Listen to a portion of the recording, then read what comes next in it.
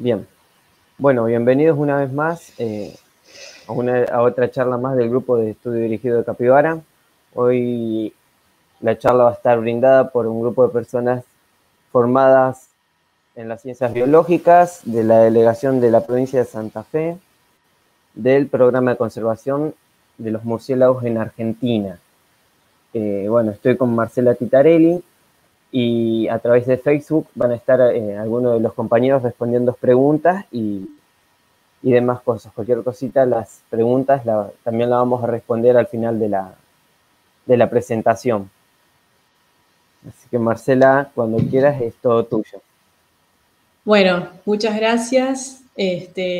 Bueno, bienvenidos a todos y a todas a esta presentación, a esta invitación que nos hizo el Grupo Capibara, así que muchas gracias a toda la gente que está atrás de esta organización, a la facultad también, a la Facultad de Ciencias Veterinarias, y gracias por darnos esta oportunidad para contarles a ustedes sobre estos vecinos nocturnos. Decidimos darle este título para que se entienda que estamos hablando de un grupo de animales un poco que tiene una mala fama, si se quiere, y queremos ayudar a romper y a desmitificar todas esas cuestiones asociadas a estos animales sumamente importantes en nuestros ecosistemas.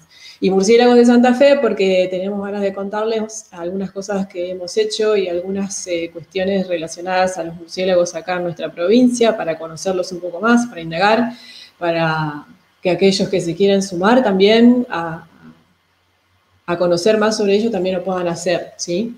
Bueno, vamos a empezar por un poquito para conocer un poco quiénes somos nosotros. Nosotros somos un grupo, como dijo Bruno, relacionado, casi todos estamos relacionados a nuestra formación a la biología, de alguna manera. Somos estudiantes, también somos licenciados. Y en general, en toda la Argentina, somos un grupo también de investigadores, de profesores de biología, de veterinarios, que tratamos de difundir siempre sobre el conocimiento sobre estos mamíferos tan particulares. A su vez también el programa de conservación está bajo la Red Latinoamericana y del Caribe para la Conservación de los Murciélagos y está apoyado nuestro PSMA acá en Argentina por el Programa de Investigaciones y Desarrollo de la Biodiversidad en Argentina. El objetivo es básicamente informar a la población y generar también un ida y vuelta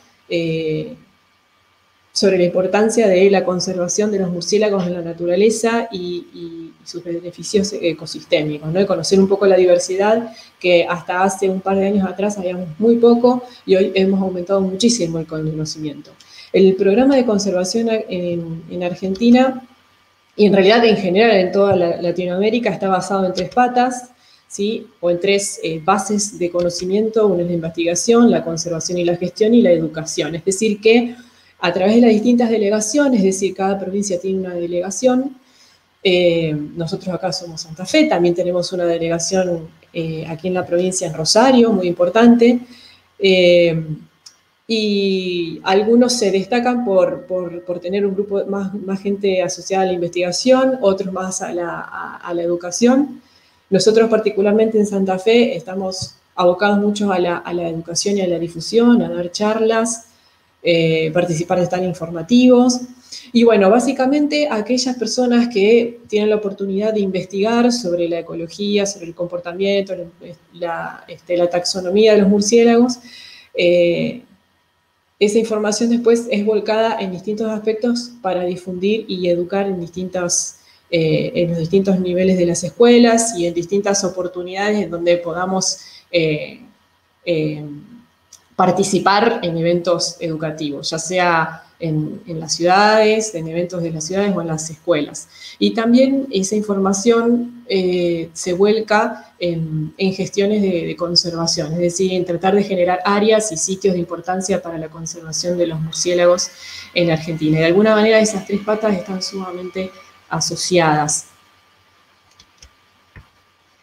Para darle un pantallazo de qué tipo de animales, para aquellos que no los conocen en absoluto, estamos hablando de el orden Chiroptera, que en realidad Chiroptera significa mano alada, justamente porque tienen características muy particulares, son los únicos mamíferos capaces de volar. Como les decía, tienen los miembros anteriores modificados como alas, tienen membranas en todo lo que es el cuerpo y en los dedos, en las extremidades anteriores y a veces en las posteriores. Ya vamos a ver el nombre de eso también. Tienen una clavícula muy bien desarrollada y un esternón con quilla, también con músculos muy fuertes para poder volar. Dedos con garras, ¿sí? Que les permiten sostenerse de distintas, no solamente de estructuras urbanas, como decir paredes, sino de estructuras más naturales como son troncos de árboles, cuevas. Las patas son cortas y tienen la particularidad de tener una cintura pélvica bastante amplia, un sistema de radar, un sistema de ecolocalización que es sumamente importante para navegar en las horas de mayor oscuridad, que es cuando ellos tienen mayor actividad, les permite detectar las presas y evitar obstáculos. Una dentadura muy variada en cuanto a los tipos de dientes, pero que en la mayoría de los murciélagos es insectívora, luego vamos a ver bien, pero básicamente un gran porcentaje de las especies de murciélagos en el mundo son insectívoros. Se encuentran en todo el grupo, es un grupo de vertebrados, uno de los más diversos en cuanto a adaptaciones, en cuanto a formas de alimentación, y uno de los más distribuidos. Y un poco para mostrarles, porque hay veces que en las noticias cuando acá nomás quieren hablar algo de rabia o de que encontraron algún murciélago o algo de eso, siempre suelen poner alguna foto de un murciélago que no es ni siquiera de nuestro continente, ponen una foto de murciélagos enormes que en realidad se encuentran muy lejos de acá. Y entonces les queríamos contar que hay dos subórdenes dentro de lo que es Chiroptera, que tienen nombres bastante raros, pero básicamente para que les quede claro, hay un grupo de murciélagos que les dicen los zorros voladores, que en realidad son los megaquirópteros, con una envergadura alar que puede llegar al 1,5 metros.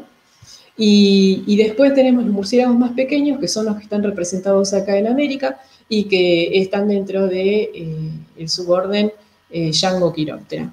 Son los microquirópteros. Pero bueno, un poco para conocer un poco más los que son más grandes, con los que a veces se suelen confundir los medios de comunicación y elegir imágenes erróneas que después dan a pensar que cualquier persona de acá, que esos murciélagos los podemos encontrar acá nomás, y no es así. Estos murciélagos, los megaquirópteros, los grandes, se encuentran en Australia, Oceanía, África, Madagascar. Les decía el 1,5 metros de envergadura que pueden llegar a tener. Estos, la mayoría comen frutos, néctar, flores. Al contrario de nuestros murciélagos, que son más bien nocturnos, estos son más bien diurnos, tienen ojos muy grandes y no tienen y carecen de sistema de ecolocalización. Muy por el contrario, los microquirópteras, los que se encuentran sobre todo aquí en América, están adaptados a distintos tipos de ambiente, excepto en los polos, eso ya lo habíamos dicho. Regímenes alimenticios, aquí sí tenemos mucha más variedad. En cuanto a alimentación, son principalmente nocturnos, obviamente tienen el sistema de ecolocalización y los ojos más pequeños. Cuando nos encontramos con un murciélago, obviamente no tenemos que tocarlo, ya vamos a ver esas recomendaciones, pero para conocer un poquito mejor a qué le prestamos atención a aquellos que por ahí estamos trabajando un poco más con los murciélagos o los investigadores que trabajan con murciélagos, tiene un montón de estructuras de importancia taxonómica, pero podemos ver acá que la membrana que cubre todo el cuerpo, las extremidades anteriores y posteriores, incluso la cola, va tomando distintos nombres de acuerdo al lugar del cuerpo, pero básicamente se le dice patagio y va teniendo distintos nombres de acuerdo a, por ejemplo, si la membrana que se encuentra entre los dedos se llama dactilopatagio, la que se encuentra entre las extremidades inferiores y la cola se llama uropatagio, y bueno, y ahí puede presentarse un montón de características que tienen importancia en la clasificación de las especies. Y si miramos un poquito más de cerca la cara de estos animalitos, podemos encontrar estructuras diferentes en las orejas pueden ser más grandes, más pequeñas, más anchas, de forma de embudo, y pueden tener, ustedes están viendo ahí, algo que se llama trago, que son estructuras que están en el pabellón ahí auditivo. Bueno, todas esas estructuras, sumado a otras que pueden tener en el rostro, facilitan la ubicación cuando van navegando en la oscuridad, porque cuando ellos emiten los sonidos de alta frecuencia que rebotan en los objetos, el objeto vuelve hacia los murciélagos y esas estructuras ayudan a redirigir el sonido, ¿no? Para ubicarse mejor.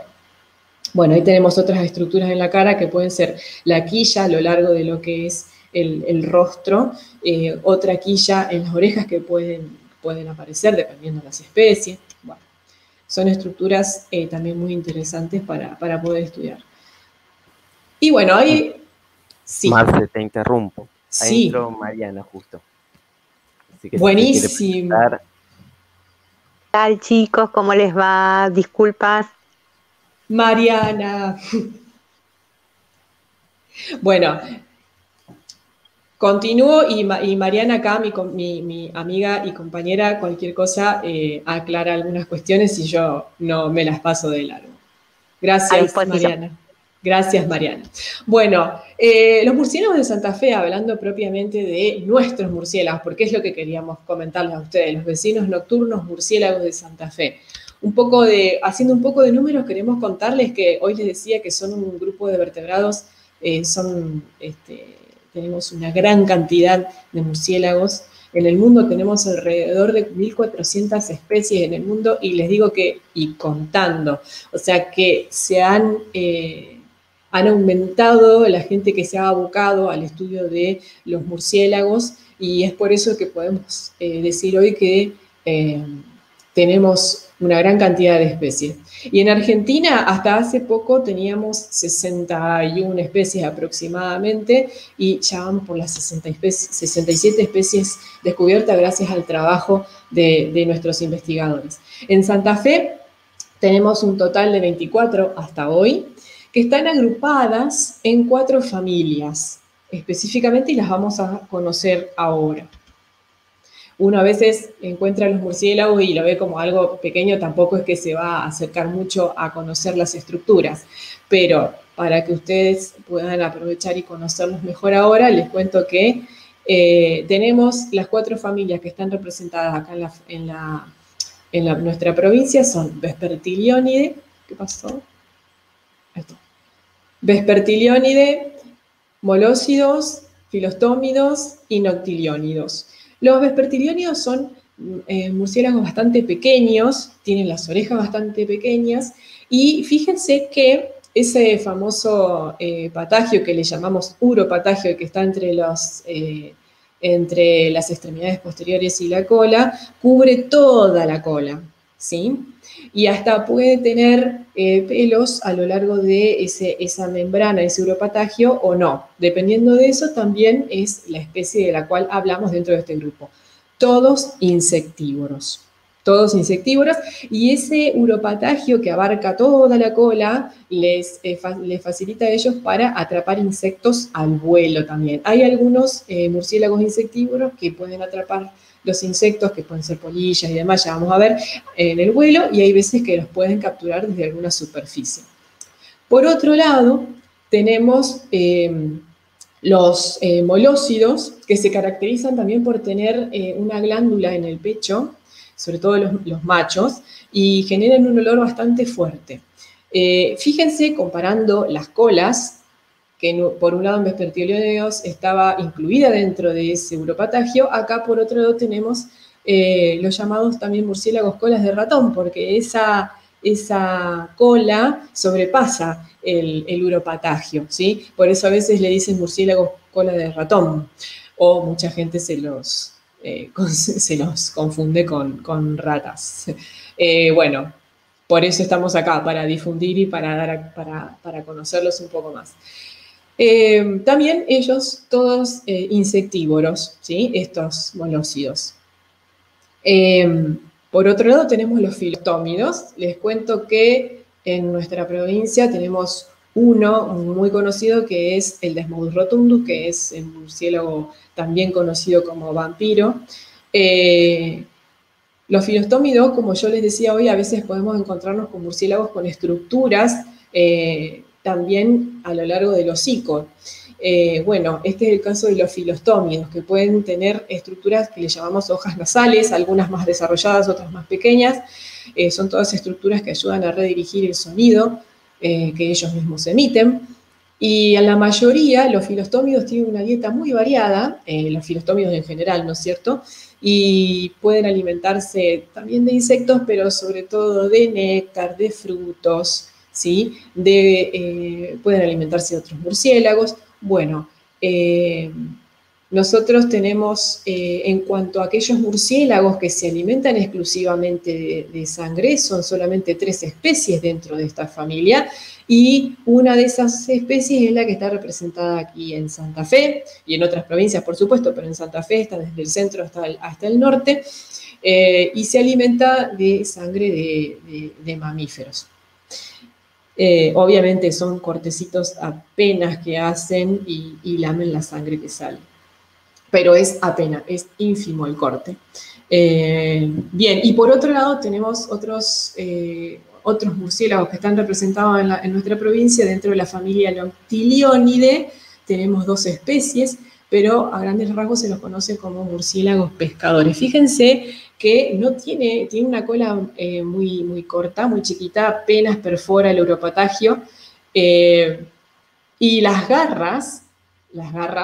patas son bastante desarrolladas porque si bien pueden alimentarse de insectos, estos murciélagos son piscívoros, además, así que aprovechan también para alimentarse de peces. Normalmente los vamos a encontrar en ambientes, sobre todo en el valle de inundación del río Paraná. Pueden capturar los peces al ras del agua, por eso esas garras tan desarrolladas.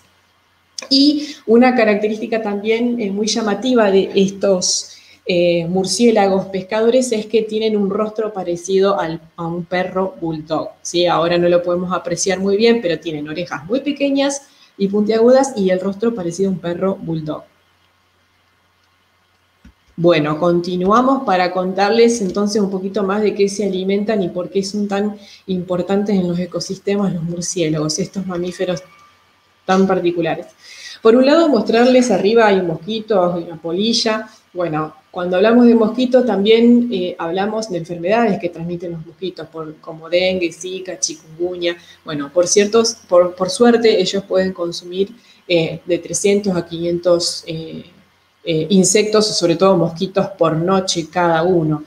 Así que tenemos murciélagos insectívoros. También tenemos murciélagos que se alimentan de frutos. También tenemos murciélagos que se alimentan de flores que obviamente abren de noche, sobre todo de los cactus, así que tenemos frugívoros, nectarívoros. También tenemos aquellos que pueden consumir otros vertebrados. Tenemos entonces murciélagos carnívoros y aquellos que consumen peces, específicamente piscívoros. Y no podemos olvidarnos del hematófago, el Desmodus rotundus. Y también tenemos, para hablar un poco de las redes tróficas, qué tipo de animales pueden consumir murciélagos. Bueno, obviamente que hay murciélagos que se comen otros murciélagos, pero hay depredadores como las rapaces, en este caso las lechuzas, el ñacurutú, que se alimenta de murciélagos. Y también hay animales como felinos que los murciélagos forman parte de su dieta, y algunas boas también que pueden esperar a que salgan estos murciélagos de algún refugio como hueco de árbol, están a la espera y al acecho para poder alimentarse de ellos también. Bueno, hablé de los refugios recién. Los murciélagos están bastante adaptados a ambientes urbanos, por eso podemos encontrar, y además es importante comentarles que la mayoría, gran cantidad de especies son gregarios, ¿sí? Es decir, que viven en grandes grupos, hasta de a miles, y eso sucede en algunos lugares donde encuentran refugios como debajo de puentes, y en estructuras edilicias como áticos, como en el caso de la Facultad de Derecho en la ciudad de Rosario, donde, bueno, después más adelante vamos a mencionar este lugar, donde podemos encontrar miles de individuos. Obviamente refugios naturales como huecos de árboles, cuevas, y también dentro de estructuras foliares grandes, hojas grandes, esto es en lugares más templados y cálidos. Bueno, esta especie tiene como ventosas en las extremidades anteriores para poder, no sé si se fijan bien en la imagen, pero tienen ventosas. Así que fíjense la variedad de estructuras que tiene, adaptaciones al ambiente. Y esta parte es muy importante para conocer, porque está relacionada después la forma en que podemos convivir con ellos sin tenerlos en nuestra casa, ¿no es cierto? Conocer para poder realizar un manejo más amigable con ellos. Nuestros murciélagos están muy activos desde en el verano, sobre todo, primavera, verano, porque es la época en donde encontramos más disponibilidad de insectos y volvemos otra vez a la alimentación. La mayoría de nuestros murciélagos y el 75% de las especies casi a nivel mundial son insectívoras. Así que obviamente aquí cuanto más cantidad de insectos hay es en esa época, por lo tanto los murciélagos aprovechan para alimentarse. ¿Qué pasa en otoño? En otoño ya comienzan a permanecer más en los refugios, a buscar pareja y comienza la época de alguna manera después de apareamiento. Esto es en otoño e invierno. Y ya en primavera, ¿sí? Que sería ya principios de septiembre, o sea, obviamente finales de octubre, ahí es cuando empiezan las pariciones.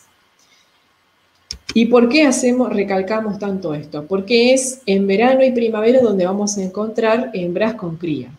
Crías que están aprendiendo a volar o crías recién nacidas que obviamente no pueden volar.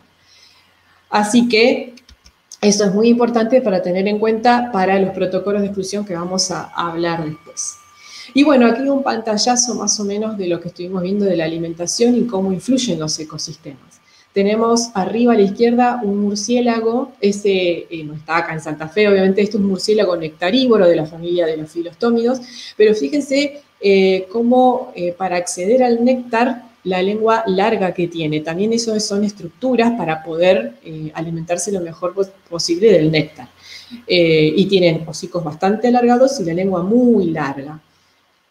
Bueno, entonces, ¿eso qué implicancias tiene en el ambiente? En la polinización, ¿sí? En favorecer una mayor distribución de especies, o sea, de la fertilización de otras especies de plantas. También tenemos murciélagos que se alimentan de frutos y que solamente pueden crecer, pueden germinar gracias a que pasaron a través del tracto de estos murciélagos, al tracto digestivo de estos murciélagos. Por otro lado tenemos abajo murciélagos insectívoros. Y también, ¿por qué les muestro estos cultivos, estas huertas? Porque sabemos muy bien que hay insectos que pueden acercarse a estas huertas para alimentarse de las plantas y dañarlas. O sea, tenemos insectos que generan daños en los cultivos. Entonces, sabemos que hay murciélagos que se alimentan de insectos. Entonces, esto es una relación sumamente positiva la que estamos viendo acá, porque de alguna manera favorecen la regeneración de bosques trasladando las semillas, favorecen la polinización de las plantas, favorecen el control de insectos que son perjudiciales para nuestros cultivos, ¿no es cierto? Entonces, nada, para mostrarles acá los beneficios ecosistémicos que venimos mencionando. Y por otro lado también el guano, siempre que sea bien tratado, esterilizado, puede ser un buen fertilizante natural. Bueno, hasta acá todo muy lindo lo de los murciélagos, pero ellos también enfrentan, como muchas otras especies hoy en día, amenazas. Si bien no tenemos nosotros especies aquí que estén en peligro de extinción, o una gran cantidad que estén en peligro o que estén amenazadas, no hay muchas, pero las amenazas son cada vez más importantes. Las amenazas identificadas por la Red Latinoamericana y del Caribe que suceden en muchos lugares de Latinoamérica y bueno, y aquí también en Argentina, son las siguientes. Por un lado, la perturbación de los hábitats, ya sean cuevas naturales, ya sean refugios que ellos han encontrado en estructuras edilicias. Me refiero a una mala manipulación de estos murciélagos para tratar de excluirlos. A veces la espeleología, cuando no está regulada o no controlada, puede generar estrés en los murciélagos al ingresar en las cavernas o en las cuevas. Hay veces que se quieren erradicar o excluir los murciélagos forzosamente de las cuevas, generando un daño terrible, una perturbación, un estrés terrible. Las fumigaciones, por otro lado, ya sea para los campos o ya sea fumigarlos a propósito a los murciélagos para matarlos directamente, primero que está prohibido y además genera un daño en los murciélagos que quedan quizás que no mueren enseguida, que pueden provocar un accidente y los tóxicos usados pueden generar obviamente malestar en otros seres vivos, incluso obviamente intoxicaciones. A la derecha y abajo tenemos la ubicación de un parque eólico. Bueno, esta es una amenaza también que últimamente se está estudiando, porque hay a veces que los parques eólicos se ubican en lugares donde justamente es la ruta migratoria de aves, o sea, aves que están protegidas, o de murciélagos, como por ejemplo es el caso de Tadarida brasiliensis, que es una especie migratoria. Entonces es una amenaza para ellos también cuando los parques se ubican en lugares sin previo análisis o un plan un estudio, digamos, del lugar. Una evaluación ambiental, a eso me referí. Y también encontramos que los medios de comunicación últimamente, o sea, así como encontramos noticias buenas, también encontramos muchas noticias mal encaradas, por decirlo de alguna manera. Y eso lo que hace es generar más miedo, más aprensión, y apenas ven un murciélago capaz que lo quieren matar directamente. Entonces eso no ayuda para nada. Genera más inconvenientes y más peligros que otra cosa. Entonces, noticias que utilizan la palabra preocupación, o frases como esta, que es la rabia que sobrevuela, la verdad que a simple vista, viéndolo así, no hace más que generar dudas, miedos, incertidumbres y más rechazo. Por ejemplo, o que justo hace dos o tres años atrás, que habían visto un murciélago, uno justo de día, y la noticia parece como que descubrieron que hay murciélagos, y en realidad los murciélagos nos rodean, así como estamos rodeados de aves, así como tenemos un montón de fauna que se encuentra aquí en áreas urbanas. O sea, no es algo raro, es común, es normal. Y también ha sucedido de la divulgación de un audio que también asustaba, un audio también, uno de los tantos que surgen y empiezan a viralizarse y que no hacían más que traer más preocupación. Pero bueno, desde el PCMA, ¿qué hacemos? Tratamos de acercarnos a los medios, tratamos de difundir, tratamos de generar. A veces cada delegación lo hace lo hace dependiendo de la situación que lo amerite, y otras veces generamos documentos en conjunto a través de todo el PCMA para difundir. Entonces, así como hay audios negativos, también tenemos audios positivos, y este es un buen momento para comentar que ahí desde la Facultad de Ciencias Veterinarias hay un grupo de profesores y de alumnos y de investigadores que se suman a difundir sobre los murciélagos y hacer trabajos y hacer un gran trabajo ahí en la región, ahí en Esperanza y los pueblos cerquita y las localidades cercanas, que no solamente difunden sobre la vacunación antirrábica, sino que también han hecho trabajos de encuestas y han publicado póster. Así que, bueno, se suma un montón de gente y esa es la idea, trabajar en coordinación. Así que bueno, como para contrarrestar esa noticia, salimos a contar la otra parte nosotros y a invitar a la gente a que conozca más sobre estos murciélagos, ¿no? Bueno, y bueno, surgen noticias como esta que destacan que que si bien vamos a hablar más luego, en un rato sobre la rabia, destacar que es importante conocer la biología, la ecología de los murciélagos, porque cualquier manejo erróneo que uno haga, lo único que hace es afectar su sistema inmune y dejarlos vulnerables para que puedan manifestar alguna enfermedad que pueda ser transmitida a otros seres vivos, y eso es lo que no queremos. Y bueno, otra cosa que hacemos también, cosas conocidas, es ahora que conocemos más a los murciélagos, podemos saber definitivamente que no son aves, que no son ratas, que no traen mala suerte, porque eso también está en muchos lugares, mucha gente también lo dice. Sí. ¿Hola?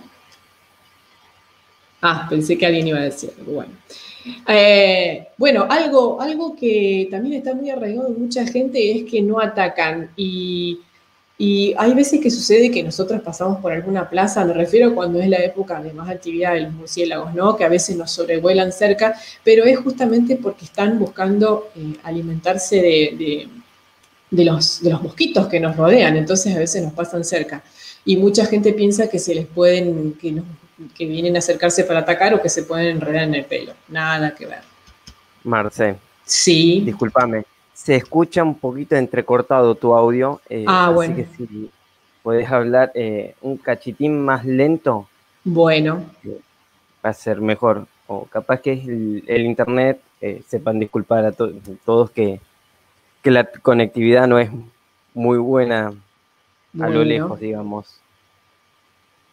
Bueno, estábamos hablando entonces de los mitos que rodean a estos animales y que justamente uno de los objetivos nuestros es derrumbarlo y que la gente empiece a ver más las cuestiones positivas que tienen.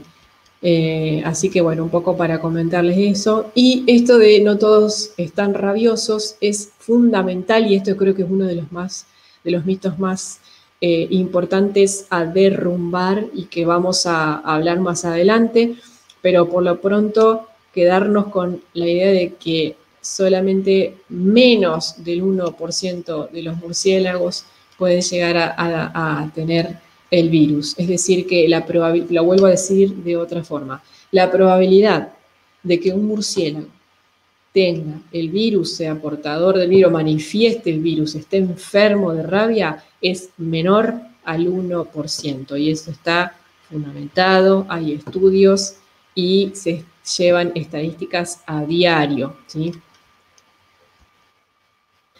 En cuanto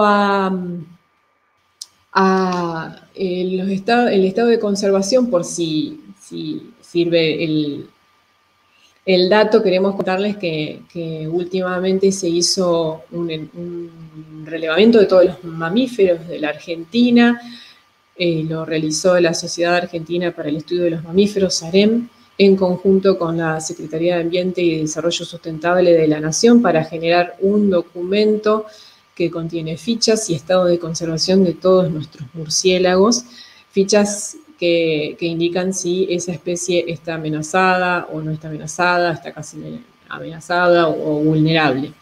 Y en cuanto a las 67 especies de murciélagos de Argentina, contarles que una gran cantidad una gran cantidad están dentro de preocupación menor, ahí se me cortó el gráfico, preocupación menor, y todavía tenemos muchas con datos insuficientes que ahí hay que seguir recabando información. Y en lo que respecta a nuestra provincia de Santa Fe, con nuestras 24 especies, pueden ver que 22 de las 24 se encuentran en preocupación menor, afortunadamente. Pero bueno, siempre es importante generar más investigaciones al respecto para conocer más en nuestra provincia. Hoy les hablaba de gestión, de conservación y gestión, que es una de las patas más importantes, una de las patas importantes de nuestro programa de conservación. Desde RELCOM, desde la red latinoamericana, se promueve la creación de áreas y sitios de importancia para la conservación de los murciélagos. ¿Qué es esto? Que aquellos que aquellas delegaciones o incluso investigadores fuera del programa de conservación que quieren o que tienen la posibilidad de generar monitoreos o muestreos en algunos sitios donde creen que la diversidad de murciélagos es importante o donde hay alguna especie que esté amenazada, bueno, esa investigación puede llevar a la creación de áreas, así como hay áreas de importancia para la conservación de las aves, AICAS. Bueno, también desde REDCOM se promueve la creación o la designación de sitios de importancia y áreas de importancia. En Argentina tenemos un montón. ¿Y qué es lo que se tiene en cuenta? Y en Latinoamérica también les cuento. ¿Qué es lo que se tiene en cuenta? Si el área contiene especies de preocupación de conservación nacional o regional, o si el área contiene refugios usados por una o más especies, o si el área contiene una gran diversidad de especies. Bueno, dependiendo de los criterios es la designación del área, si es un sitio, si es un área. Y bueno, como para darles un ejemplo, hoy les mostraba la Facultad de Derecho, en otra filmina anterior, bueno, acá podemos ver, lo vuelvo a traer a colación, ¿por qué? Porque es un sitio de importancia para la conservación de los murciélagos. Alberga una especie migratoria que se acerca en septiembre y aproximadamente en febrero emprende el regreso. Se cree que realiza migraciones desde México. Hace 60 años más o menos se instaló esta colonia que está formada exclusivamente de madres que vienen a parir. Y en la foto de abajo, de la derecha y abajo, podemos ver algunos ejemplares más rosaditos. Bueno, esas son crías. Luego hubo un siniestro, sucedió un incendio hace un par de años atrás y el área donde ellos se refugiaban quedó bastante complicada, se redujo el lugar y bueno, ahora se sabe que alrededor de 30.000 individuos se acercan, vienen todos los años para parir y antes, hace 60 años atrás, había 60.000 individuos aproximadamente. Bueno, después de estudios que se hicieron, ese lugar, después de luchar y tratar de generar protección en el lugar para que les dejen permanecer en ese lugar, por supuesto con estructuras que les permitieran estar aislados de lo que es el resto del funcionamiento del edificio, ¿no es cierto? Es decir, para que se pueda convivir con el resto de las funciones del edificio, se creó un sitio de importancia para la conservación de los murciélagos, se brindó un certificado y ese certificado, en realidad esa designación, si bien no es una herramienta legal, pero no deja de ser algo fundamental para que quede asentado la importancia de ese lugar. Y por otro lado, quería comentarles que esta especie, particularmente Tadarida brasiliensis, como es una especie migratoria, está incluida en la Convención de Bonn, de la cual Argentina adhiere, es signataria a través de la ley de 23.918 sobre la conservación de especies migratorias, que no solamente incluye a esta especie, sino que también incluye especies de aves migratorias también.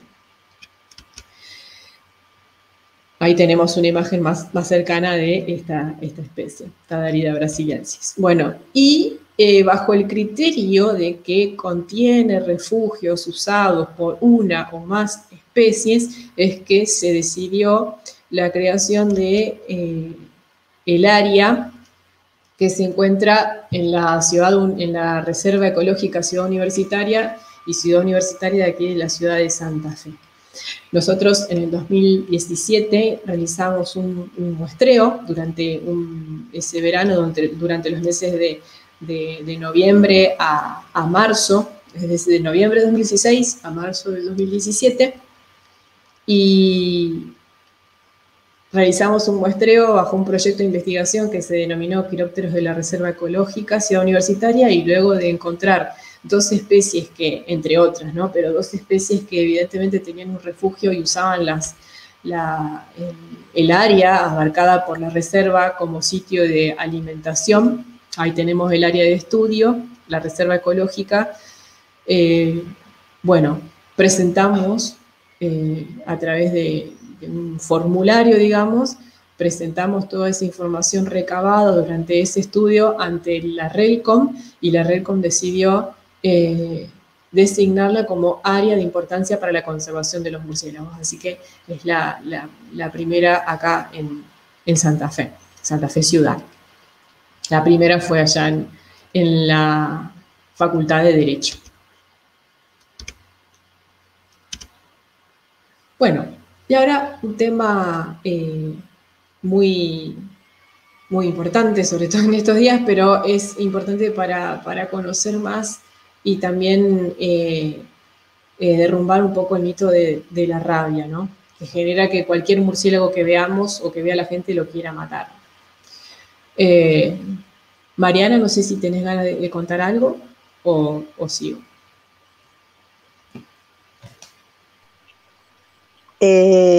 Sí, en realidad, trabajando en el programa de zoonosis vectores, reforzar esto que vos decís, que estamos hablando de que menos del 1% de ejemplares podrían llegar a tener rabia. ¿Y por qué decimos podría? Porque en realidad la estadística se hace sobre los murciélagos que caen y que son llevados al laboratorio para analizar. Pero por cada murciélago que está caído, hay otros cientos y miles probablemente que están volando y sobre los que no se están haciendo estudios. Por eso hablamos de menos del 1%, porque justamente los ejemplares encontrados tienen y con rabia tienden a esos números, pero tantos otros están volando y se los obviamente sospecha sanos, al menos no están afectados neurológicamente por el virus, entonces realmente el porcentaje consideraría que es muchísimo más bajo aún que es de ese 1%, ¿no?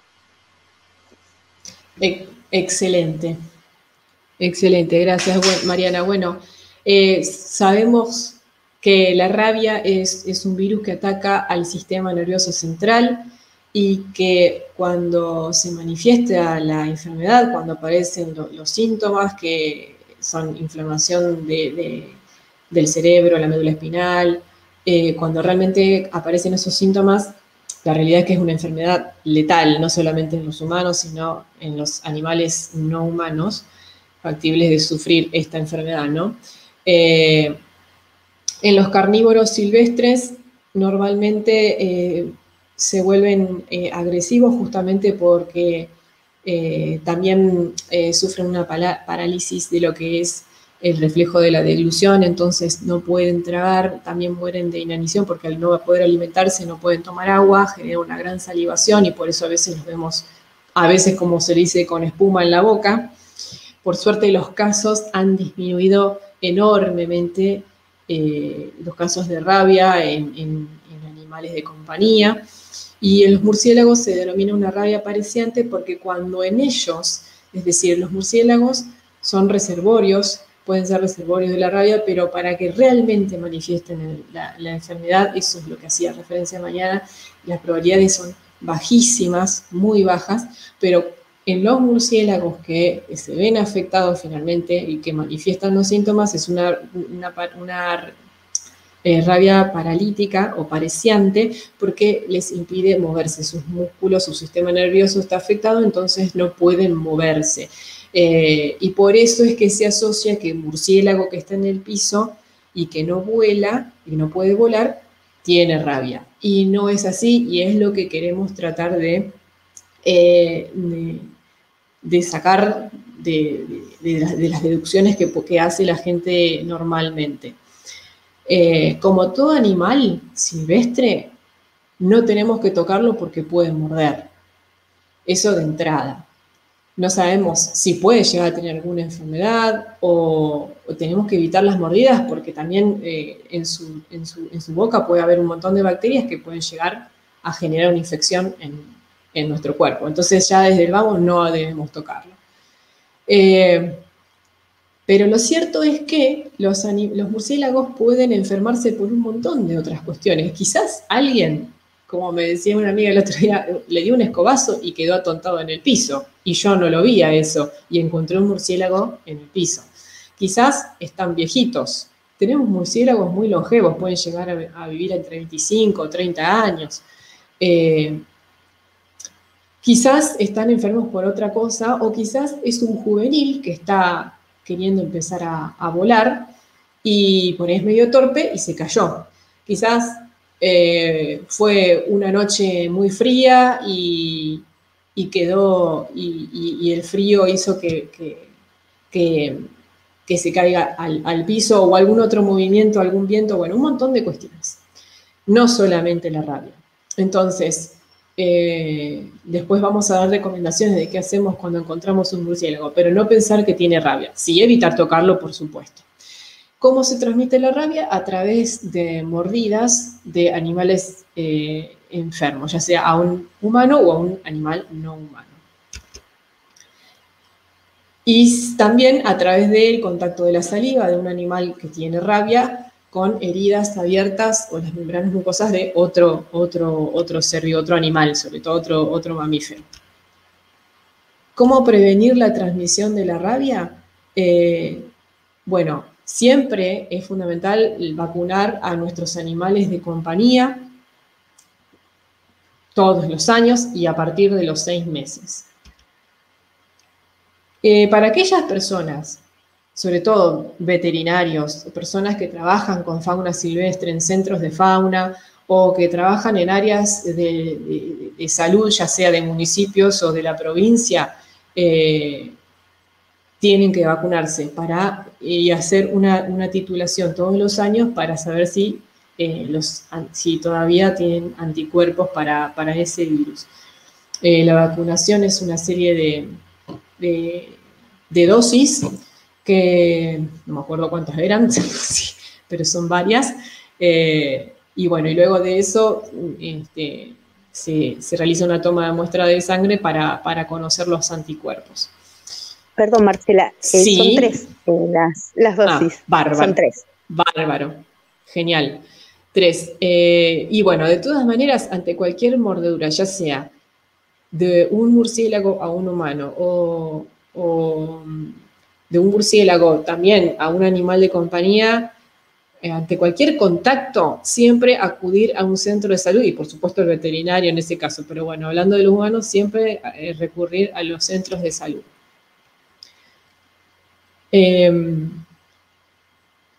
Y lo que vamos a hablar más adelante, cuando yo hablaba de que cualquier murciélago que encontremos en el piso no necesariamente tiene rabia, si sabemos que tuvo contacto, como les dije, si ese que tuvo un contacto con una persona o con un perro, gato, sí o sí se tiene que llevar a analizar ese animal para descartar rabia.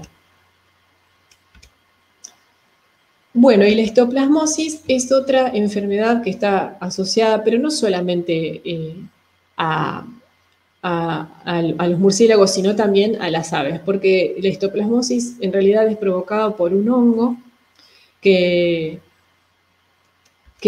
se forma cuando se da una gran acumulación de heces, ¿sí? Por eso dice que se desarrolla en sitios con alto contenido de nitrógeno, es decir, con guano, ya sea de aves o de murciélagos.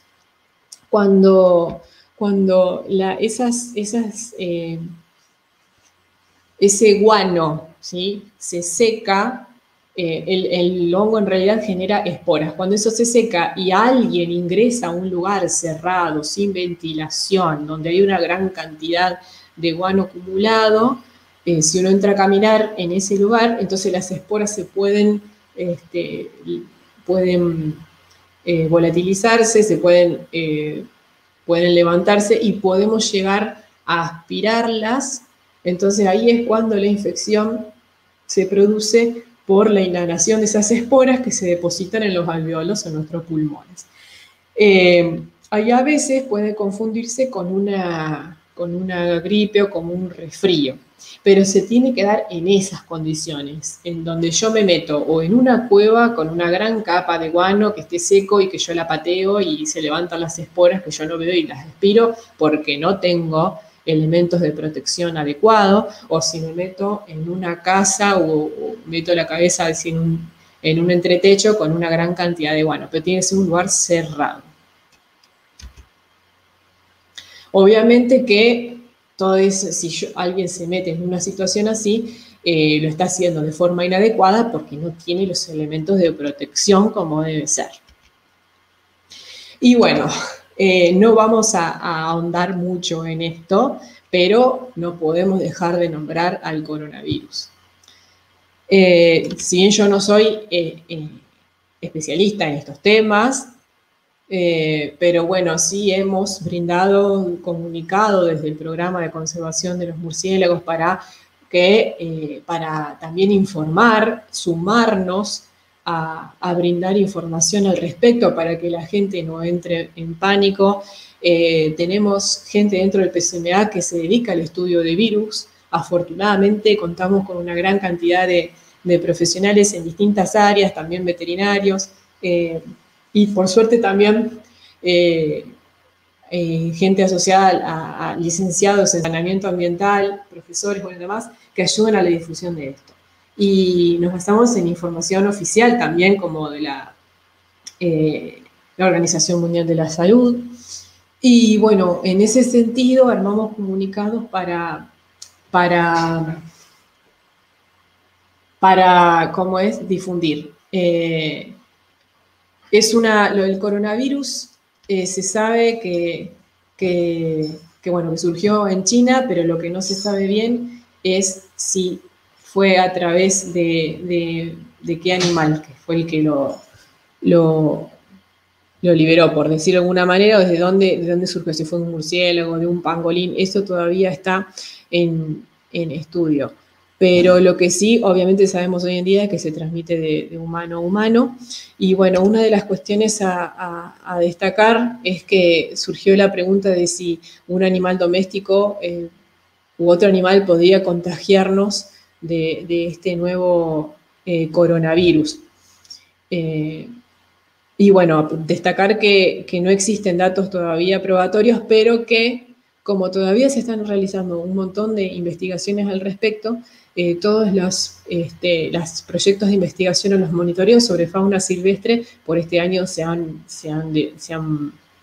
evitado, se han tratado de evitar hasta conocer más sobre este tema, ¿no es cierto? Entonces, desde nuestro lado, desde el programa de investigación, no estamos haciendo ningún tipo de muestreo ni monitoreo en murciélagos hasta el momento, se están elaborando protocolos para cuando podamos hacerlo, tener la mayor protección posible.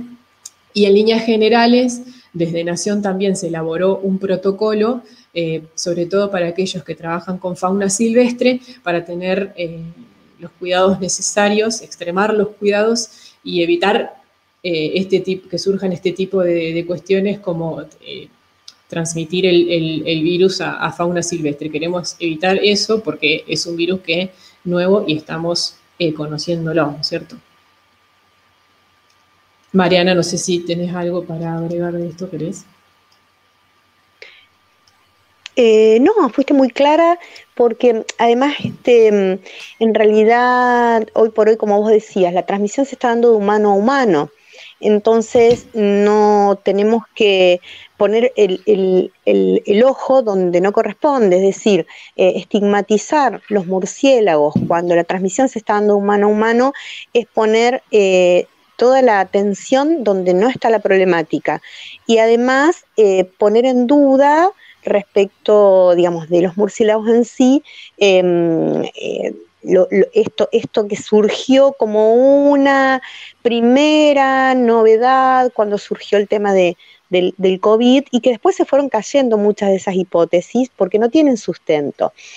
Obviamente que hubo un salto, pero ese salto, lo mismo que pasó con la gripe A, tuvo que ver con un salto de una especie, una enfermedad zoonótica que después replicó en humanos con una mutación de por medio. Pero me parece que es inadecuado ponernos a fijar en el punto donde no es porque la generación ya se dio, porque el contagio se dio y no se está dando de murciélagos a personas, sino entre personas. No estamos registrando, no se está registrando absolutamente ningún dato de que haya una circulación viral como producto del contagio de murciélagos a personas. Entonces, digo, hay que poner el ojo y la atención en lo que corresponde, no estigmatizar e informar, no, digamos, generar fake news, ¿no? Fake news que llevan a poner en riesgo estas especies. Excelente.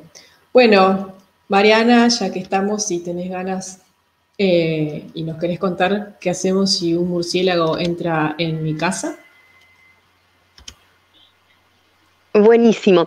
Yo les voy a ir contando, no puedo llegar a leer lo que están en las diapos porque estoy con el teléfono y se ve que mis lentes no ayudan. No, de todos modos, básicamente hay que tener en cuenta, lo primero, que el murciélago entra accidentalmente en las casas. No es que, quiere meterse, quiere anidar, quiere invadir. Normalmente ocurre porque las ventanas están abiertas, porque alguna puerta quedó abierta, porque hay algún problema en un cielo raso y entonces hay algún lugar de conexión en alguna habitación y nos aparece dentro de nuestra casa. Lo fundamental, que vos lo aclaraste muy bien, tiene que ver justamente con esto de evitar el contacto directo. La rabia no es una enfermedad que ocurre por inhalación del virus. No estamos hablando de COVID, no estamos hablando de hantavirus, no es una enfermedad que se transmite a partir aerógena, que se transmite por partículas virales que están en el aire, sino que se da básicamente por la mordedura de este animal que podría llegar a estar infectado con un porcentaje, como dijimos, muy bajo. Entonces, el momento en el que considero que la forma de sacar el murciélago de la casa es sin tocarlo, ya estoy en salvaguarda de cualquier problemática asociada a la rabia. Y que no es poca cosa. Lo segundo, bien como muestra, tengo entendido ahí el esquemita, por ejemplo, si está posado en una pared, puedo pensarlo como una cajita, como un tupper, como un recipiente, lo coloco sobre el murciélago y después deslizo por debajo de ese recipiente y sobre la pared un cartón como para... O la misma tapa si es plana, como para poder fijar el piso de ese recipiente. Una vez que el murciélago lo tengo dentro de ese recipiente, lo que hago es tratar de llevarlo a un lugar donde haya altura. ¿Por qué decimos altura? Porque la mayoría de los murciélagos, como bien describiste, se trata de murciélagos insectívoros y la mayoría de los murciélagos insectívoros no pueden volar desde el nivel plano, desde el cero, desde el suelo. Entonces, si con esta cajita donde lo tengo el murciélago, donde no lo toqué y donde lo aislé, lo saco de mi casa, pienso, por ejemplo, puede ser la horqueta de un árbol, un tapial alto, pienso en la casilla de gas, lo dejo, retiro la tapa y permito que ese ejemplar, ese murciélago solito pueda salir de la cajita y realmente al estar en altura pueda hacer esta caída libre que le va a permitir continuar con su vida de murciélago sin llegar a poner en riesgo nuestra salud. Excelente, Mari. Bueno, y como decía Mariana, para agregar y reforzar, un murciélago que yo veo y que está vivo y que no ha tenido contacto ni con un humano ni con un animal y que entró accidentalmente, no es igual a rabia, ¿sí? Incluso si voy caminando por la calle y encuentro uno que está en el piso, tampoco es sinónimo de rabia.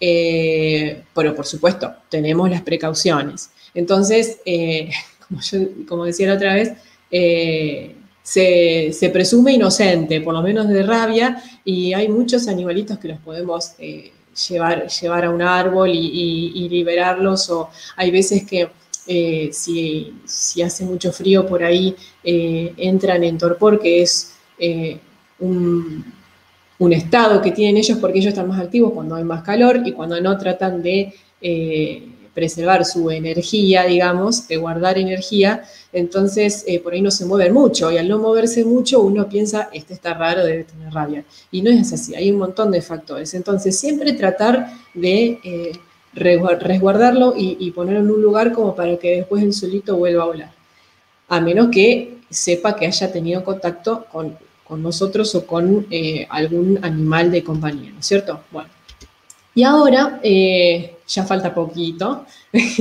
les queríamos contar, bueno, esto de qué hacemos cuando nos encontramos con un murciélago, esto ya lo venimos reforzando con Mariana, pero bueno, para que tengan una idea, si sabemos que tuvo contacto con una persona o con un animal de compañía, ese animal tiene que ser llevado, o si directamente lo encontramos muerto en nuestro patio, en la vereda, y de alguna manera su cuerpo todavía está conservado, es decir, que no está podrido, es fundamental llevarlo para analizar al laboratorio central acá en la provincia de Santa Fe, que pertenece al Ministerio de Salud, y que es el lugar donde se realizan los análisis para detectar rabia. ¿Qué hacemos? No es que tenemos que llevarlo al laboratorio. En cada localidad donde estemos nosotros, comuna, municipio, nos comunicamos con el área de zoonosis, y el área de zoonosis tiene que poder recibirlos para remitirlos acá a Santa Fe. Ejemplo, acá en Santo Tomé, tenemos en la municipalidad de Santo Tomé un área de zoonosis, donde justamente ahí se vacunan los perros, se castran, pero además se difunde sobre todo esto. Entonces, ellos son los encargados, yo lo puedo llevar a la municipalidad, lo resguardo en un frasco o en una bolsa, lo puedo poner en la heladera, ¿sí? Bueno, a lo mejor a algunos les parece medio repulsivo esto que estoy contando, pero es importante. Es importante tratar de guardarlo o en una caja de tergopol o en un vidrio, al animal si lo encontré muerto, y si no, llevarlo en una caja si el animal tomó contacto conmigo, con una persona o con otro animal, o sea que lo mordieron, bueno, sí, ponerlo en una caja y llevarlo al lugar. Y ellos sabrán después qué hacer y cómo trasladarlo al laboratorio central. Nosotros dejamos los datos, ¿sí? Dejo mis datos, mi número de teléfono. Una vez que se realiza el análisis, me lo van a informar a mí, me van a decir si es negativo el resultado o si es positivo. Si es negativo, que se da en la mayoría de los casos, no pasa nada, seguimos igual, buenísimo por el dato. Si es positivo, entonces se desarrolla una campaña de vacunación en el lugar donde fue encontrado el murciélago. ¿Cómo se hace esa campaña? Se ubica el lugar donde se encontró el murciélago y 200 metros a la redonda, o mejor dicho, abarcando 200 metros, una cantidad de cuadras, se vacunan todos los perros que se encuentren en esas manzanas, ¿sí? Se va casa por casa, se visita casa por casa, se pide el carnet de vacunación y demás. Y también se vacuna a los animales que se encuentran en situación de calle, ¿sí? Bien. Siempre entonces a los centros de zoonosis, ya sea de comunas, de municipios. Una cosita, sí, Marce, para aclarar. Sí, perros y gatos, o sea, en realidad la campaña se hace en las dos especies que son animales de compañía, ¿sí? Y un detalle más, bueno, en el caso de que la mordedura sean personas, directamente y en forma preventiva, antes de tener resultados se inicia el tratamiento de vacunación antirrábica, que consiste en 5 dosis. Se inicia el tratamiento con un esquema de vacunación y bueno, después se está pendiente del resultado. Si el resultado da negativo, ese esquema se suspende y obviamente si da positivo hay que terminarlo sí o sí. Buenísimo, sí. Bueno, ese dato faltaba y es fundamental. Y en el caso de las mascotas, animales de compañía, perro, gato, también inmediatamente si sé que un murciélago toma contacto con alguno de ellos, también comunicarme con el veterinario o veterinaria. Bueno, esto es lo que ya habíamos visto. Bueno, Y ahora vamos a un problema mayor. ¿Qué hacemos si una colonia, si una gran cantidad de murciélagos se instala en mi casa?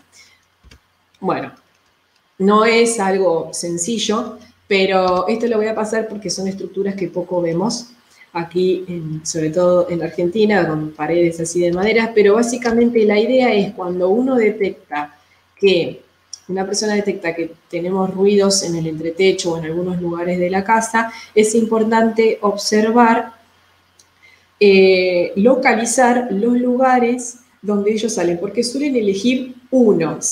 A veces que puede suceder que en estas estructuras, en las casas o en los edificios, haya algunos huecos, algunas estructuras rotas o algunas aberturas que permitan la entrada de los murciélagos que se quieran refugiar ahí.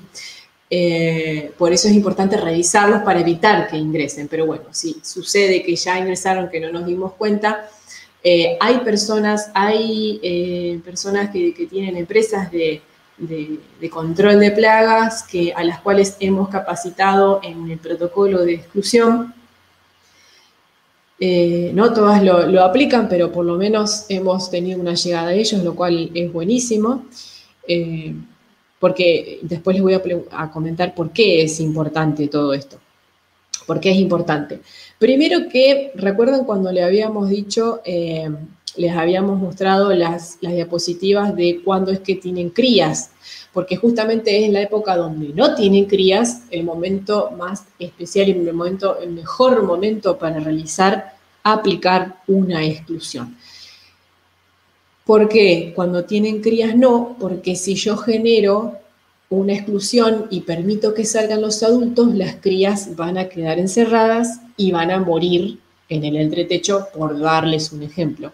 No queremos eso, no solamente porque no queremos que se mueran, sino porque después generan un malestar mayor de olor en el entretecho, ¿no es cierto? Digo entretecho porque es uno de los lugares más comunes. Entonces, los momentos del año en donde es mejor, en donde en realidad nosotros fomentamos la exclusión, nosotros como PSMA, desde RELCON también, es inmediatamente luego de terminar la época de cría, que esto es principios de abril, donde todavía hay calorcito y sabemos que las crías ya vuelan. Y después ya acercándonos a octubre, porque ahí los calorcitos también aumentan y ellos también son activos. En el medio también se puede, pero nosotros tenemos que recordar que ellos durante el invierno están más inactivos, su metabolismo disminuye, por lo tanto, forzarlos a salir hace que tengan que gastar mucha energía en un momento donde quizás no encuentran alimento y gastar energía en buscar otro refugio. Entonces, la idea es, cuando sé que hay murciélagos en algún lugar de mi casa, en el entretecho, por ejemplo, buscar por fuera o por dentro algún lugar donde yo encuentre guano, ¿sí? Es decir, la materia fecal de los murciélagos. Ellos seleccionan un lugar por donde salen y ese lugar lo voy a encontrar no solamente con manchitas de grasa por el roce de su cuerpo con la pared, sino también por una gran acumulación de guano. Entonces, una vez que yo selecciono, que yo descubro ese lugar, también me fijo si hay otras estructuras con grietas a través de las cuales pueden llegar a meterse otros, ¿sí? Más individuos.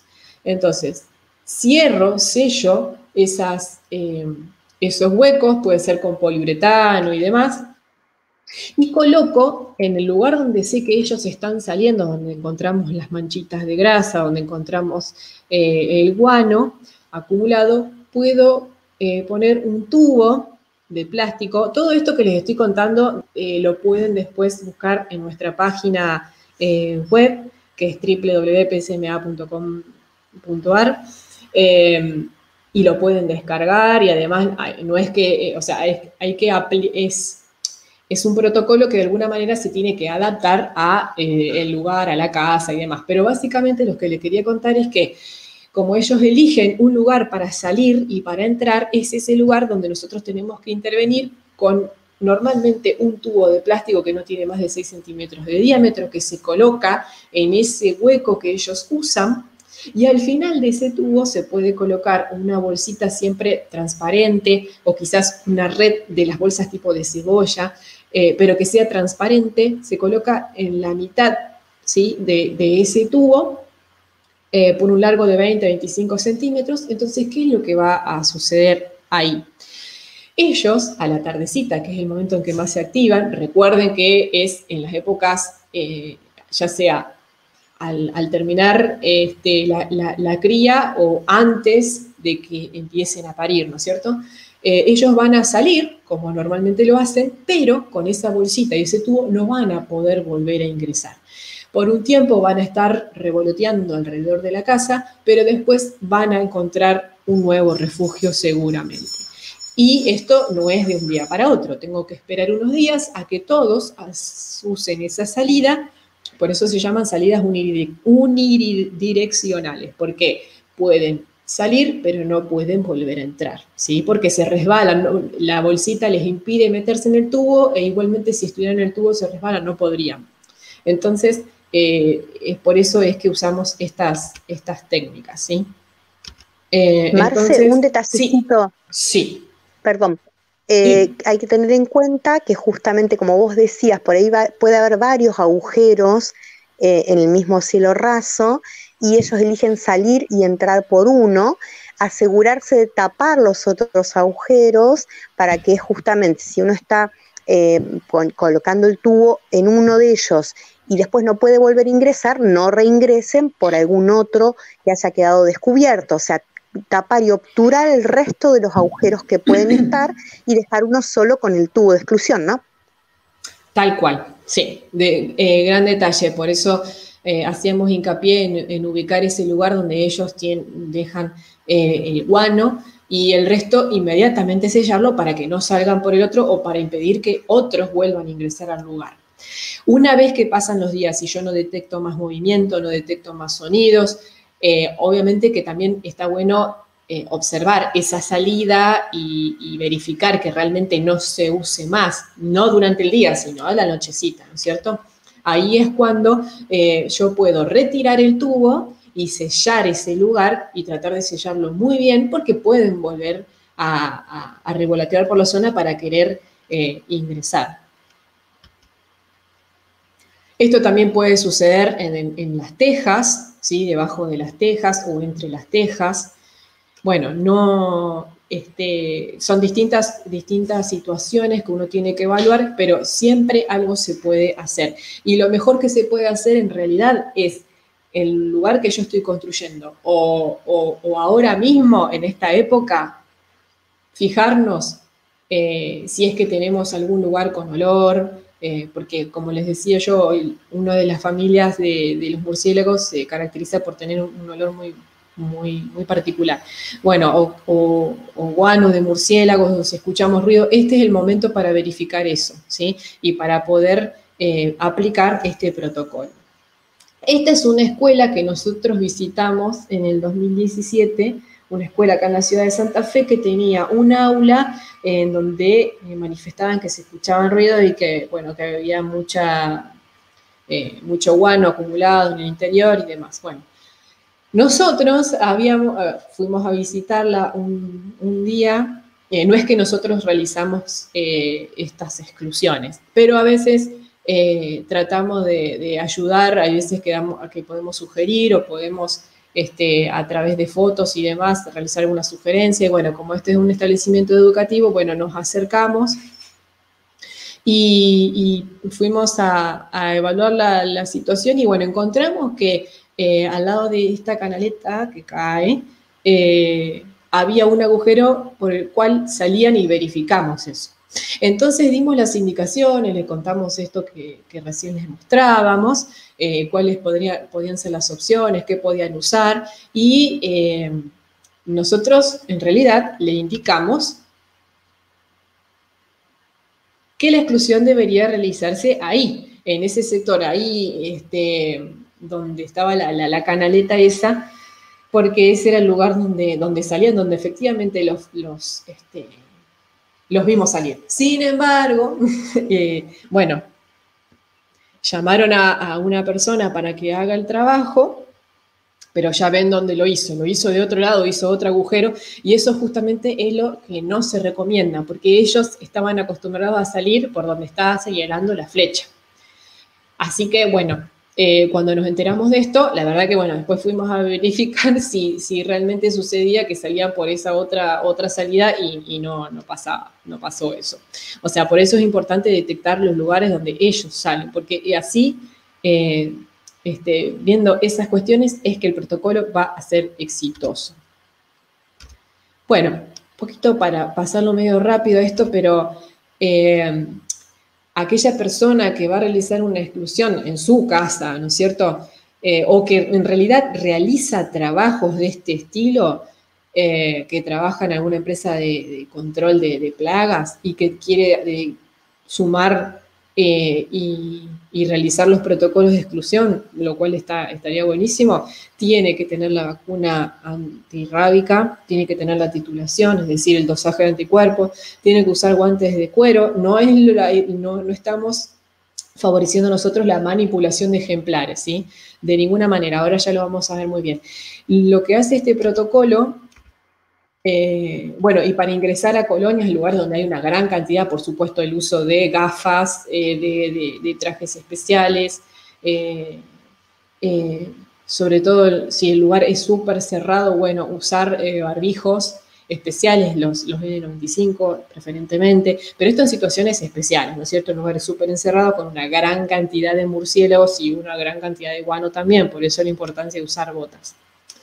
Pero en líneas generales, y con esto ya estamos culminando esta exposición, ¿por qué fomentamos tanto nosotros el uso o por qué se creó este protocolo de exclusión? Porque se sabe que muchas empresas lo que hacen es fumigarlos, tirarles humo, prenderle fuego, usar sustancias tóxicas para que ellos queden pegados, o sea, todo lo que atenta contra su vida. Y que de alguna manera, o sea, que los mata, lo cual está prohibido porque la fauna silvestre está protegida por ley en distintas provincias, y además, sobre todo, si es una especie migratoria como Tadarida brasiliensis. Entonces, hay leyes que los protegen, pero más allá de eso, porque generar manejos inadecuados no solamente repercute sobre la integridad de los murciélagos, sino repercute sobre los humanos que viven en cercanías de eso y los animales no humanos. Es decir, que pueden generar más accidentes y más peligro que otra cosa. O sea, no ayuda para nada, al contrario, y tenemos ejemplos que lo demuestran. Entonces, ¿qué cuestiones tenemos que tener en cuenta para la correcta utilización de los métodos de exclusión? Que sean en la época donde no tengan cría, porque si no, voy a estar dejando murciélagos que no pueden volar porque no tienen la capacidad todavía y van a terminar muriendo en ese entretecho, por ejemplo, generando un malestar en cuanto al olor. Por otro lado, no se utilizan sustancias tóxicas usando este tipo de exclusiones, utilizando estos métodos. No usamos sustancias tóxicas ni métodos que impliquen la captura, la manipulación de murciélagos. De esa manera estamos evitando intoxicarnos nosotros u otros seres vivos y evitar riesgos de mordeduras y demás, por más que usemos guantes, además de que no podemos manipularlos. El sellado de los lugares, ocupados por murciélagos solamente se va a realizar cuando yo confirme que no hay más murciélagos en el entretecho y que ya se fueron todos. Las salidas unidireccionales son el único método aceptable de erradicación que permite la salida de individuos e impide su ingreso. Y paralelamente a esto, todas las aberturas activas deben ser dotadas del sistema de exclusión y permanecer colocadas en el lugar por lo menos 10 días hasta que yo vea y corrobore que no salen más murciélagos de ahí. ¿Y cuáles son las ventajas y los beneficios de este protocolo que nosotros promovemos tanto y que quisiéramos que todas las empresas de control de plagas lo utilicen y lo puedan aplicar? Porque se evita el contacto murciélago-humano y también murciélago-animales de compañía. Así se previenen mordeduras y demás. Porque se evita la salida forzada o manipulación de individuos durante el día, porque hay muchas veces que se llama a personas para que radiquen a los murciélagos de día o en otros momentos donde no son los adecuados, los manipulan y eso puede generar mordeduras. Y además, sabemos muy bien que los murciélagos son animales más bien crepusculares a nocturnos. Entonces, durante el día, ellos no están acostumbrados a moverse. Y de alguna manera se desorientan durante el día. Entonces, si yo fuerzo que durante el día salgan de algún refugio todos juntos, van a empezar a revolotear por todos lados, desesperados, buscando algún lugar donde refugiarse, y ahí es donde pueden llegar a golpearse, a caer en otros lugares y a generar accidentes, y no queremos eso. Entonces, queremos que ese protocolo se realice en el momento adecuado, cuando ellos deciden salir, que es a través de esos tubitos durante la noche. Al no usar sustancias tóxicas, estamos evitando que ejemplares queden atontados o caigan al piso, aún vivos, y puedan generar accidentes de mordeduras.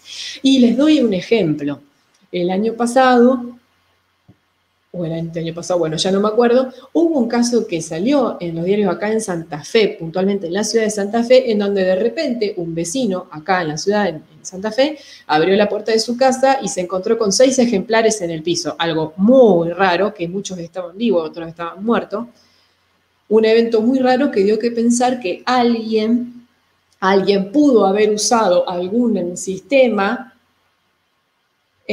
para erradicarlos, no correcto obviamente, y generó esto, que otra persona se vio perjudicada porque tenía esos murciélagos a los cuales no podía manipular directamente y no sabía qué hacer. Entonces, no queremos eso, porque un murciélago que está caído, que todavía está vivo, puede llegar a generar algún accidente con otro animal o con un humano.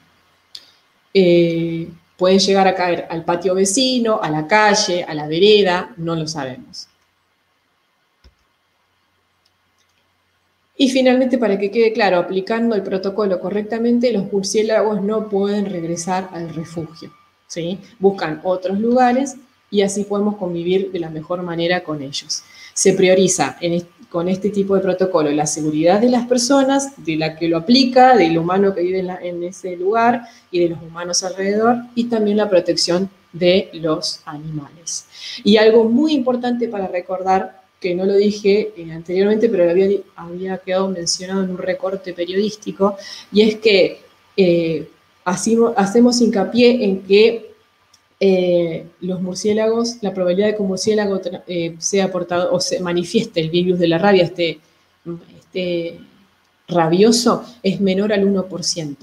En tanto y en cuanto ellos estén en un ambiente saludable y no perturbado. Si se ha verificado científicamente que los murciélagos pueden llegar a enfermarse porque su sistema inmune se ve afectado cuando viven momentos de estrés. ¿Cuándo es un estrés? Cuando se entra forzosamente a una cueva y se los quiere excluir, cuando yo les tiro con alguna sustancia tóxica, cuando les tiro humo, cuando se los quiere forzar a salir de día. Entonces, lo que tratamos de evitar es generarles un estrés que provoque que ellos se enfermen o puedan llegar a contagiar de alguna enfermedad a nosotros. No sé si eso quedó claro. Mariana, si querés agregar algo. Para mí quedó clarísimo, la verdad que está muy detallado y por eso, a partir de la no manipulación, a partir de la salvaguarda de la salud de los ejemplares, la salvaguarda de la salud humana, el no contacto, de la salud ambiental, es una técnica realmente excelente. Hay que saber aplicarla, hay que tener paciencia, hay que ser observador y resulta una técnica efectiva. Excelente. Bueno, con esto nosotros damos por terminado nuestra exposición y esperamos a ver si hay más consultas al respecto. Bruno. Bien, bueno, ya de por sí agradecer a todo el equipo del PCMA, el Programa de Conservación de los Murciélagos en Argentina. Hemos estado trabajando estos días con los cambios de plataforma, para ver bien los tipos de conexión que teníamos. Pero bueno, si alguno tiene alguna pregunta, pónganla en los comentarios, que se la vamos a estar haciendo. Creo que han sido magníficas, tanto Marcela como Mariana. Han abarcado desde características de las especies, el tipo de alimentación, el tema de rabia, que muchas veces hay muchos mitos, ustedes lo han desmentido a todos esos mitos, genial, porque en los pueblos más que nada tenemos ese problema de que la gente aún cree en todos los mitos antiguos, digamos. Pero bueno. Sí, bueno, agradecerles a ustedes nuevamente y también agradecerles a, bueno, Mariana estamos con Mariana en estos momentos, pero detrás nuestro hay un montón de otros chicos, está Carolina, Alejandra, bueno, tenemos dos Alejandra, Marcelo, Franco, Leonardo, tenemos somos un grupo muy grande acá en Santa Fe y estamos todo el tiempo difundiendo desde distintos ámbitos para la protección de estos murciélagos, ¿no? Siempre con información que vamos compartiendo con otros miembros del PSMA que por ahí saben más de virus, otros saben más de especies y así, bueno, nos vamos nutriendo unos de otros para poder llevar para llevar adelante estas charlas, estos encuentros.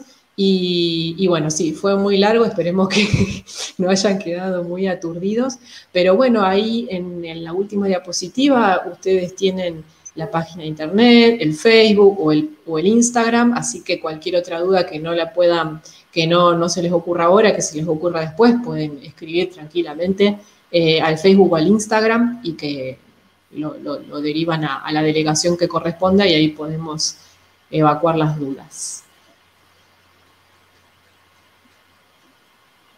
Bien. Bueno, veo que no hay ninguna duda, creo que han abarcado todas las partes, digamos. Acá Mariano comenta que quería agregar que la vacunación antirrábica en perros y gatos se hace a partir de los 3 meses de vida y Perfecto. suelen ser gratuitas en campañas masivas, salvo en veterinarias privadas, dice. Exacto, sí. Y como les decía, bueno, lo que también buscamos es que más gente se sume. La verdad que estamos muy agradecidos de haber participado de este encuentro, así que otra vez les agradecemos. Y también destacar que sobre todo los que son profesionales veterinarios o estudiantes también son actores fundamentales para digamos, conocer sobre estos temas y divulgarlos a los dueños de sus pacientes, dueños y dueñas de sus pacientes, y también aquellos que quieren investigar también son bienvenidos a sumarse para difundir más sobre estas especies. Así que bienvenido a todo eso. Bien. Bueno, agradecerle una vez más. Así ya vamos cerrando con la charla del día de hoy.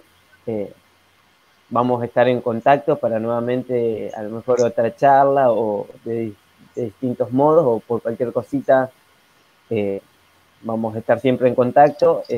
Cualquier duda que les surja a todos lo dejan en los comentarios y nosotros se la vamos a estar respondiendo después si surgió después del vivo. Pero bueno, muchas gracias Marcela, Mariana y a todos a los chicos del PSMA. Por favor, al contrario, agradecidos y bueno, Mariana. Gracias. Y bueno, obviamente, estamos en contacto. Sí, también lo mismo, muy agradecidos.